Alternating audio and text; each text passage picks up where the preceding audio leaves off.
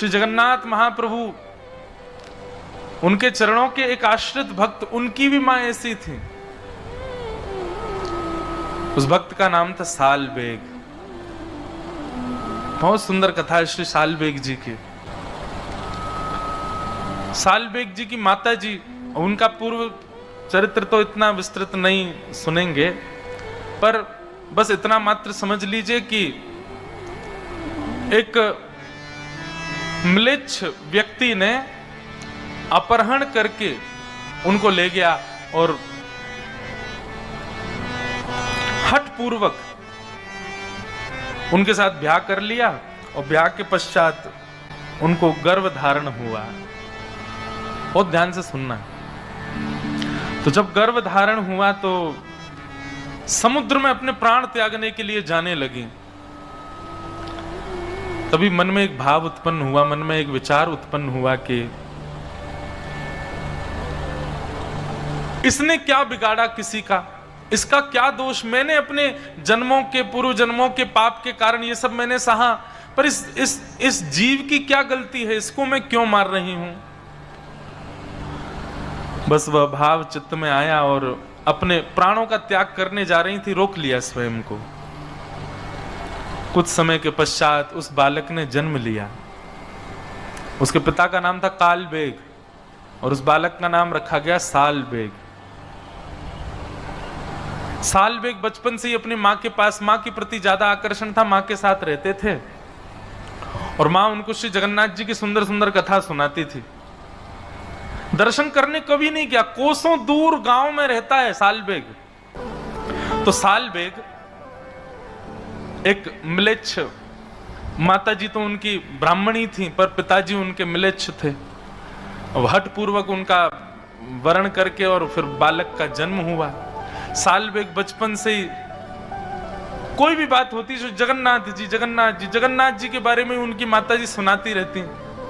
जगन्नाथ जी के ऐसे बड़े बड़े नेत्र हैं, तेरे को पता है ऐसे बड़े नेत्र क्यों उनके? सालबेग कहता क्यों?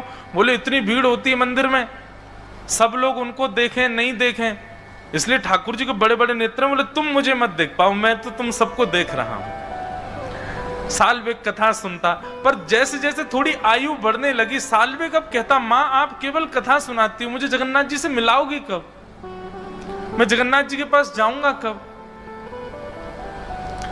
इस प्रश्न का कोई उत्तर नहीं था मां के पास।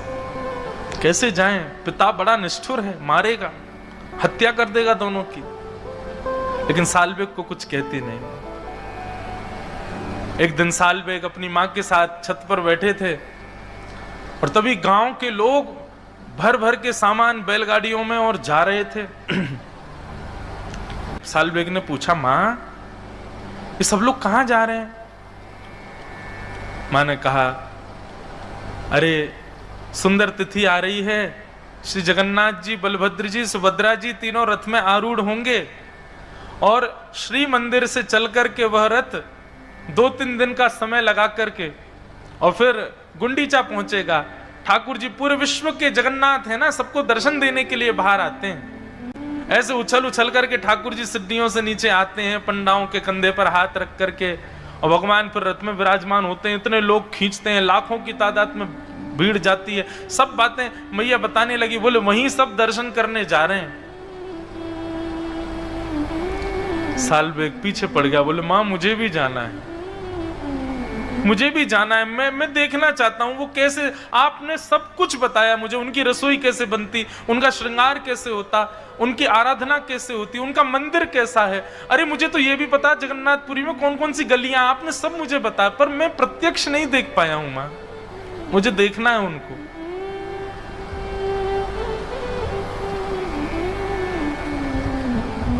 मां ने समझाया, बोले सालबेग मेरे चाहने से तो तू जगन्नाथ जी को नहीं देख पाएगा, अब तो तेरे पास एक ही उपाय है। बोले क्या? तू जगन्नाथ जी को प्रार्थना कर कि वो तुझे अपना दर्शन दे।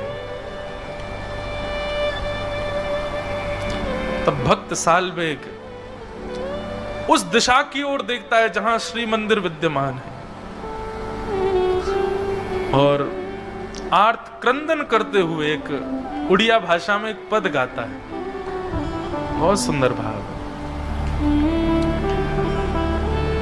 अहे नील शैल प्रबल मत्तावरण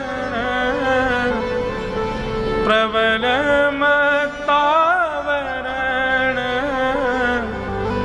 मुआरत नलनी बनकुकर धनन अहे नीलशैल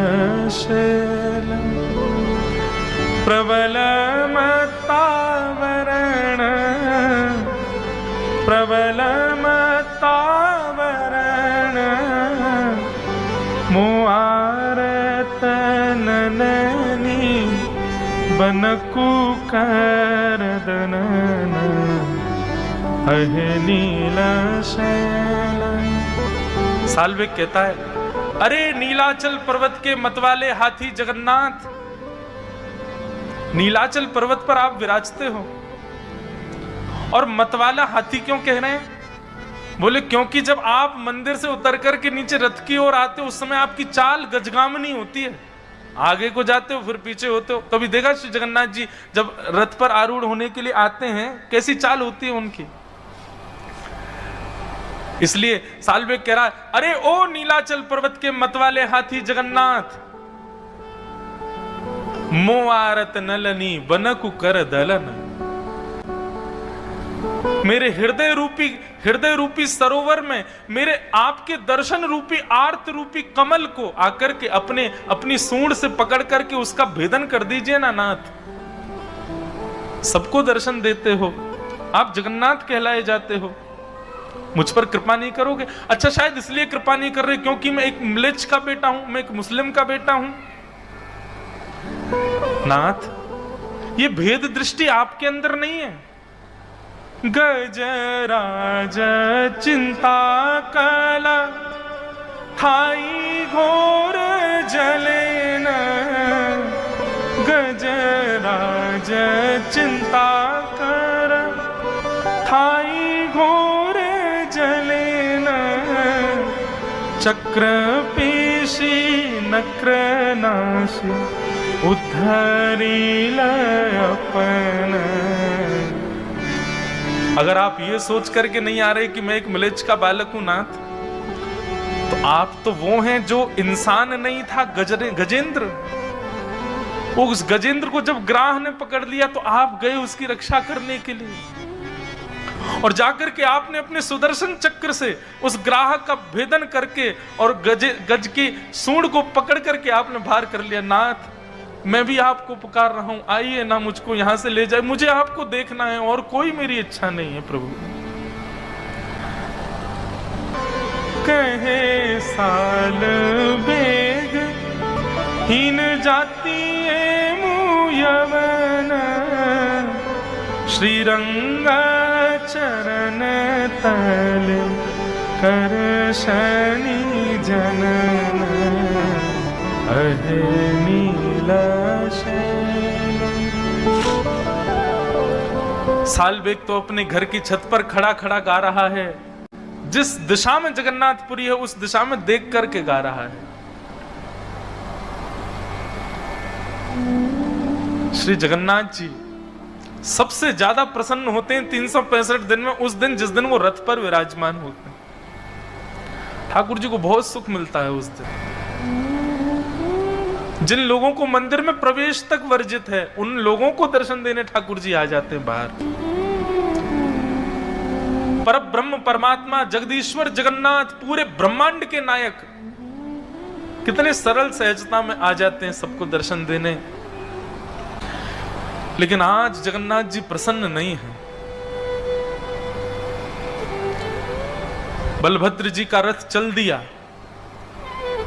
सुभद्रा जी का रथ चलने लगा, और जैसे ही नंदी घोष रथ का नाम है, भगवान श्री जगन्नाथ जी के रथ का नाम है नंदी घोष। लाखों लोगों ने जैसे ही रस्सी पकड़ करके उस रथ को खींचना प्रारंभ किया, रथ एक पत्थर के भांति स्तब्ध हो गया।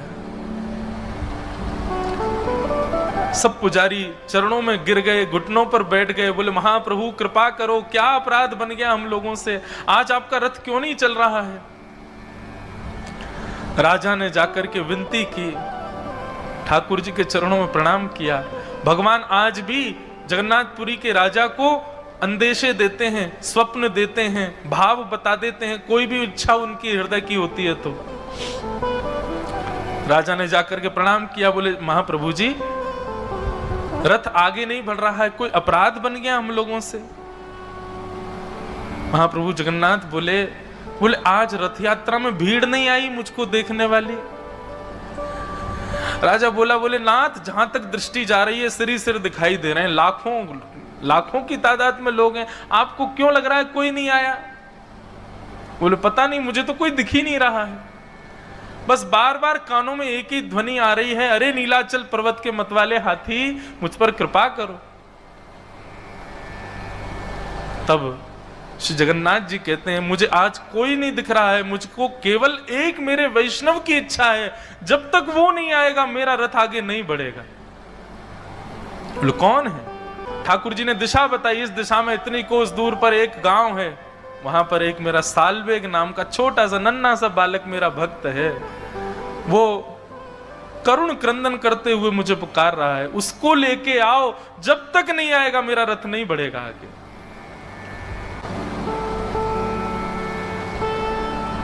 लाखों की तादाद में वैष्णव बैठे हैं, सब श्री प्रतीक्षा कर रहे हैं, बोले क्या हो गया, श्री जगन्नाथ जी का रथ आगे क्यों नहीं बढ़ रहा है?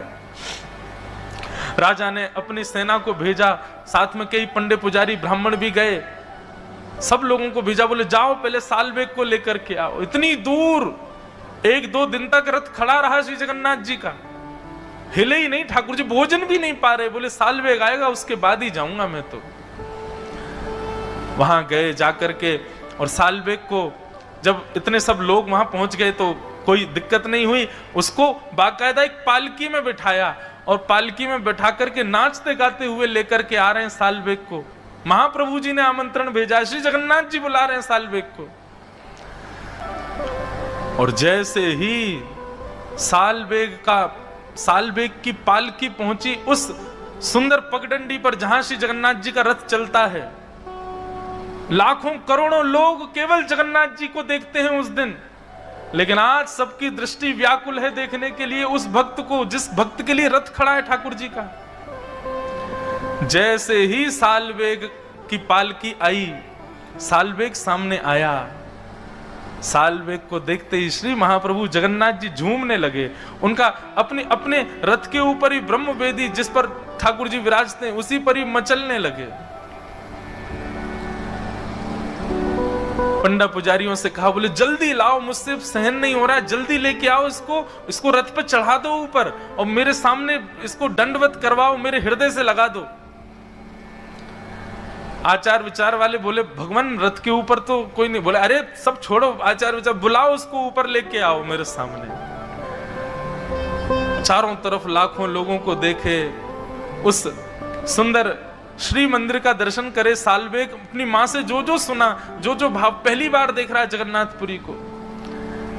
नंदी घोष रथ का दर्शन किया, प्रणाम करके जैसे ही ऊपर चढ़ने लगा, ज्यों ऊपर चढ़े त्यों ठाकुर जी की छवि उसके सामने प्रकट हो रही है। और जैसे ही पूर्ण ब्रह्म श्री जगन्नाथ जी के पूर्ण विग्रह का दर्शन किया सालवेग ने,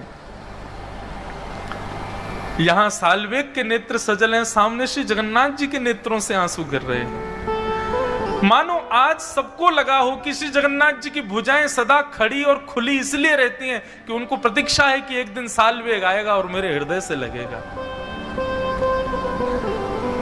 सालवेग ने जाकर के दौड़ करके महाप्रभु जी को अपने हृदय से लगा लिया। देख करके पूरा जगन्नाथपुरी उस दिन भावावेश में प्रवृत्त हो गया।